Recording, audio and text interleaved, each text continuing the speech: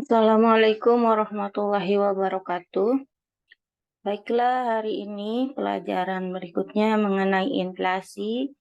Saya Ade Rohimah, SE, dari SMAS As-Salafiyah Ciasem. Kadet 3.4 menganalisis indeks harga dan inflasi. Indikator pencapaian kompetensinya 3.4.1 menganalisis pengertian inflasi. Kemudian 3.4.2 menguraikan penyebab inflasi. 3.4.3 menganalisis jenis-jenis inflasi.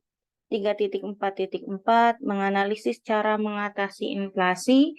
3.4.5 menganalisis dampak inflasi. Tujuan pembelajarannya, peserta didik dapat menganalisis pengertian inflasi dengan baik. Peserta didik dapat menguraikan penyebab inflasi dengan tepat. Peserta didik diharapkan dapat menganalisis jenis-jenis inflasi dengan benar. Peserta didik diharapkan dapat menganalisis cara mengatasi inflasi dengan tepat. Peserta didik diharapkan dapat menganalisis dampak inflasi dengan baik. Kemudian dari pengertian inflasi, inflasi itu adalah suatu keadaan di mana tingkat harga secara umum atau price level cenderung naik.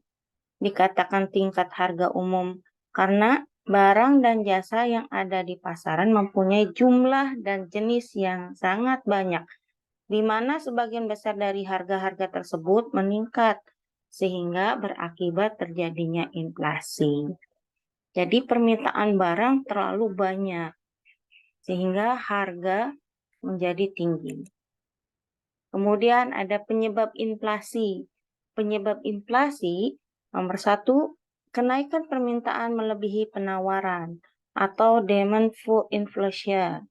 Kemudian yang kedua, kenaikan biaya produksi, cost push inflation. Kemudian yang ketiga, meningkatnya jumlah uang yang beredar dalam masyarakat, money in circulation. Kemudian yang keempat, berkurangnya jumlah barang di pasaran. Yang kelima, inflasi dari luar negeri, imported inflation. Kemudian yang keenam, inflasi dari dalam negeri, domestic inflation. Jenis-jenis inflasi dilihat dari laju kecepatannya. Ada jenis inflasi lunak atau wheel inflation, kemudian ada inflasi cepat, global inflation, yang C ada inflasi meroket, skyrocketing inflation atau hyperinflasi. Dilihat dari parah tidaknya, inflasi itu terdiri ada 4, inflasi ringan, inflasi sedang, inflasi berat, inflasi sangat berat atau hiperinflasi. Kemudian dilihat dari sumbernya, ada inflasi dari dalam negeri, domestic inflation, kemudian ada inflasi dari luar negeri, imported inflation. Cara mengatasi inflasi, ada kebijakan moneter. Di dalam kebijakan moneter ada yang pertama dilakukan, yaitu dilakukan dengan politik diskonto. Nah, discount policy.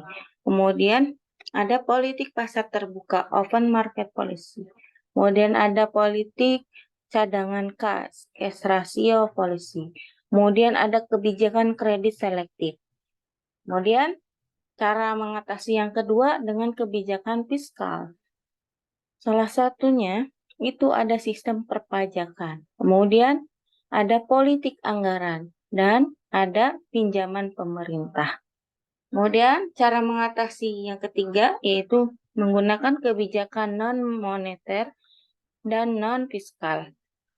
Di antaranya peningkatan produksi dan peningkatan jumlah barang di pasaran. Kemudian kebijakan upah dan menaikkan upah real yang sudah mempertimbangkan inflasi. Kemudian pengendalian dan pengawasan harga, misalnya pemerintahan kebijakan harga maksimum. Nah, dampak dari inflasi secara garis besar itu mempunyai dampak terhadap perekonomian, Antara lain, terhambatnya pertumbuhan ekonomi negara karena berkurangnya investasi dan berkurangnya minat untuk menabung. Kemudian masyarakat yang berpenghasilan rendah tidak dapat menjangkau harga barang karena harga barang mengalami kenaikan. Kemudian yang ketiga, jika terdapat kebijakan untuk mengurangi inflasi, maka akan terjadi pengangguran karena pemerintah berusaha untuk menekan harga.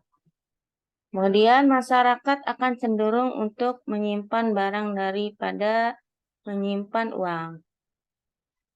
Kemudian yang terakhir, nilai mata uang turun karena adanya kenaikan harga barang. Inflasi juga mempengaruhi masyarakat, baik yang berpenghasilan tetap atau tidak tetap.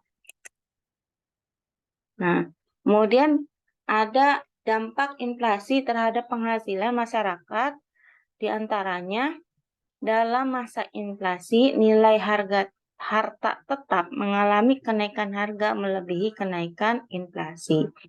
Pendapatan real penduduk penghasilan tidak tetap mengalami penurunan atau merosot. Dengan demikian, inflasi akan memperlebar kesenjangan distribusi pendapatan di antara anggota masyarakat. Yang kedua, inflasi merugikan masyarakat yang berpendapatan tetap. Kenapa? Karena upah atau gaji yang diperoleh tidak dapat mengikuti atau menyesuaikan kenaikan harga, sehingga semakin berat dirasakan oleh masyarakat. Nah, kemudian ada inflasi yang menyebabkan orang-orang enggan untuk menabung dan mendorong untuk mencari pinjaman dalam rangka penyesuaian pendapatannya. Hal ini akan menghambat perkembangan dunia usaha. Terima kasih untuk materi hari ini. Semoga bermanfaat dan selalu semangat untuk belajarnya. Assalamualaikum.